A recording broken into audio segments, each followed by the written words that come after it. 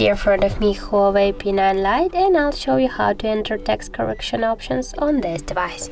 So first you should go into the settings application and scroll all the way down to the advanced settings. Now just click here to language and input, and we are using now the Google keyboard, so click here and now just tap here to text corrections, and here you can see all of our text corrections options. Here you can see that we can just turn on or turn off all of these features by click once on the switcher, and by this way we can show the suggested words while typing.